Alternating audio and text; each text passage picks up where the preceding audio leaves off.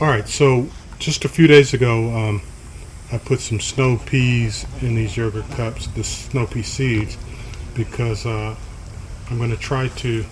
This is early to mid-August here. We're getting heading toward like the cooler fall time of the year. It's cooler than summer.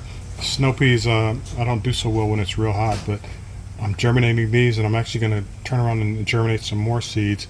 They start out as these little white seeds, but you can see these are starting to germinate, or they are germinating, and we'll leave in these cups a bit longer, maybe a week or two more, and then transplant them into the ground. And I actually will try to germinate maybe twice as many cups, yogurt cups, as these. We love snow peas. They're good for just eating raw in salads, for stir fry if you like Asian cuisine. So I'm going to try to really ramp up on the snow peas this year.